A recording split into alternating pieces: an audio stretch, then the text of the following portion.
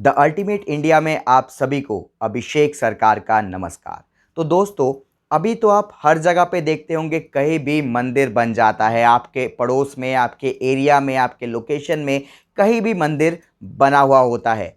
पर दोस्तों, अगर आप पुराने मंदिर देखोगे, प्राचीन मंदिर देखोगे, एंशिएंट मंदिर देखोगे, या फिर जितने भी बड़े बड़े तीर्थ स्थल है, वो सारे ग्राउंड लेवल से थोड़े ऊपर है। या तो आपको पहाड़ में चढ़ के जाना पड़ता है, या फिर आपको कई सारी सीढ़ियाँ चढ़नी पड़ती है मंदिर में जाने के लिए।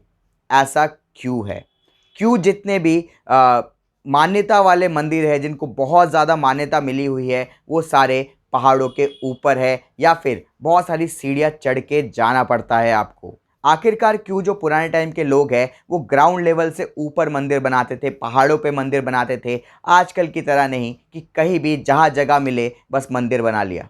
इसके बहुत सारे रीज़न हैं। उसमें से पहला रीज़न ये है कि जब आप भगवान तक पहुँचने के लिए, मंदिर तक पहुँचने के लिए मेहनत करते हैं, पहाड़ के ऊपर चढ़ते हैं, एक एक दिन तक चलते रहते हैं, या फिर आप सीढ़ियाँ चढ़ते हैं, तो आपको एहसास होता है कि भगवान को पाना इतना भी आसान नहीं है। दूसरा रीज़न ये है कि उस समय के लोगों का एक्सरसाइज का ज़रिया भी ये था, क्योंकि उस समय के लोग हर 2-3 दिन में या फिर हर रोज़ मंदिर में दर्शन करने जाते थे। सुबह-सुबह मंदिर में जाते थे, तो सुबह-सुबह अगर वो सीढ़ियाँ चढ़ के, बहुत सारी सीढ़ियाँ चढ़ के मंदिर में जाएँगे और उतरेंगे, तो उनका एक एक्सरसाइज, एक फ़िज़िकल फ़िटनेस बना रहेगा। तो ये भी एक रीज़न हुआ करता था।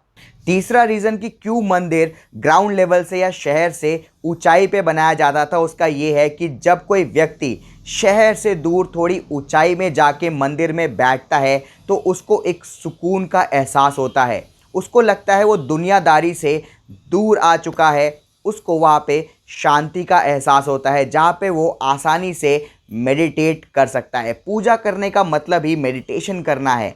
तो वो व्यक्ति पूरे संसार से दूर एक आइसोलेटेड जगह पे जाके मेडिटेट कर सकता है। वो ग्राउंड लेवल से ऊपर होता है। चौथा रीज़न है कि अगर कहीं पे बाढ़ आ जाए, कुछ भी आ जाए, तो लोग बचने के लिए मंदिर में जाके छुपा करते थे। अपने घरों से निकल के सारे इकट्ठा होके मंदिरों में जाके छुपा करते थे। इसलिए मंदिर को ऊंचाई पे बनाया जाता था, ताकि फ्लड वगैरह के दौरान लोग वहाँ पे जाके रह पाए, वहाँ पे जाके कुछ दिन टिक पाए, ताकि फ्लड पे किसी की जान ना जाए। अगर फ्लड हो जाए तो सब इकट्ठा मिलके मंदिर में जाके रह पाए, किसी की जान ना जाए। मंदिर जो होता है वो अर्थक्वेक रेजिस्टेंट भी होता है। आपने दोस्तों देखा होगा, जब भी कहीं पे बड़ा अर्थक्वेक आता है, तो जो पुराने मंदिर होते हैं उनको कुछ नहीं होता है। यहाँ तक कि मैं एग्जांपल दूँ कुछ मस्जिदों का भी, जैसे कि जामा मस्जिद है। जामा मस्जिद में लिखा हुआ है कि वो 16 रिक्टर स्केल तक का जो अर्थक्वेक है उसको झेल सकता है, उसको कुछ नहीं होगा। प्राचीन मंदिरें भी जो अर्थक्वेक होता है, जितने भी रिक्टर स्केल का अर्थक्वेक आए उनको झेल सकता है। इसलिए किसी भी आपदा में लोगों को प्राचीन मंदिर में जाके छुपना चाहिए, वहाँ पे जाके रहना चाहिए, ताकि वो वहाँ पे बच पाए। अगला रीज़न ये है कि मंदिर उस समय सिर्फ पूजा का स्थल नहीं हुआ करता था, वो एक बैंक की तरह भी काम करता था। यानी कि पूरे शहर का जितना भी वेल्थ है वो मंदिर में इकट्ठा होता था। तो अगर कोई भी दुश्मन अटैक करने आता है, वो इजीली वेल्थ पे कब्ज़ा ना कर ले, इसलिए मंदिर को ऊंचाई पे रखा जाता था, ताकि मंदिर को बचाना आसान हो। जैसे कि आप सबको पता ही है, कोई भी फोर्ट बनता है, कोई भी किला बनता है, वो हमेशा ऊंचाई पे बनता है, ताकि दुश्मनों से उसको प्रोटेक्ट किया जा सके। वैसे ही मंदिर भी ऊंचाइयों में इसलिए भी बनाया जाता था, ताकि दुश्मन वहाँ पे इजीली कैप्चर ना कर सके।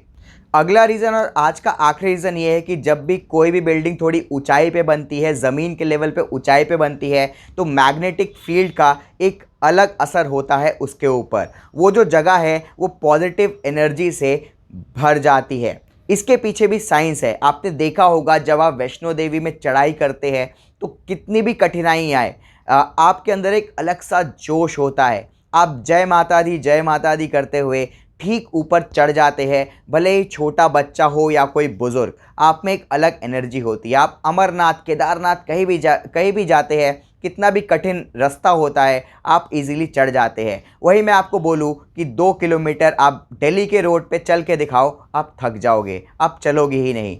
तो ये एक जो मैग्नेटिक फील्ड होती है वो अलग पॉजिटिव एनर्जी देती है आपको।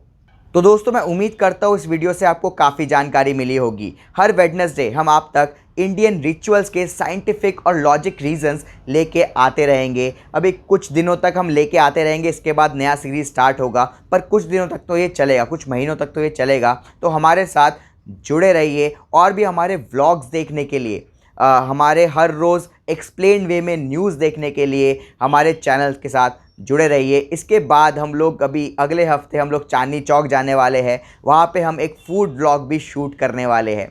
तो खाने का भी मज़ा आप हमारे चैनल पे ले सकते हैं। सब्सक्राइब ज़रूर कीजिए हमारे चैनल को। जय हिंद।